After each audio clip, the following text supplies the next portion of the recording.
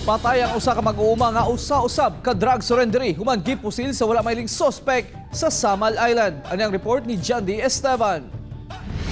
Ako lang po nung tanggihagyo nga.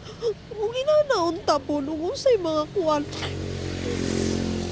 Nag-usab naman ang tao. Di madawat ni Maria ang kalit nga kamatayon sa iyang kapuyo nga si Mark Vincent Rubio, usa ka mag-uuma kinsa gipusil patay Martes sa buntag. Nagmaneho ang biktima sa iyang motorsiklo gikan sa ilang balay apan pag-abot ni ini sa Purok 1 sa San Isidro Babac District, kalit kining gipusil sa makadaghang higayon. Misurrender na kaniadto ang biktima tungod sa kalambigitan ni ini sa droga. Apan nagbag-o naman kuno kini. Duda niyang posibleng pulis lang daw ang mipatay kang Mark. Butang nga gipanghimakak sa kapulisan. Inanaunta nga unang bago na. Nakita po nung nila. Na may daghang intil nga gipang swilduan.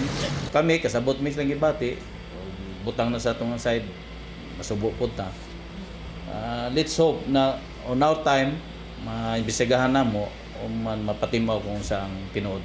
Base sa investigasyon sa Samal Police, si Mark, suspect sa duha ka kaso sa pagpatay sa syudad ug nalambigit sabdaw kini sa pagpangilkil. Pag imbestigar na to karon, wala pa may patimaw nga dunay nakaila sa nahisgot na suspect o dunay impormasyon para ma-connect na to in relation sa kaning pagkahitabo sa pagpamusil kay Sir Mark Rubio. Kauban si Mel Colmenares sa kamera. Ako si John D. Esteban para sa One Mindanao.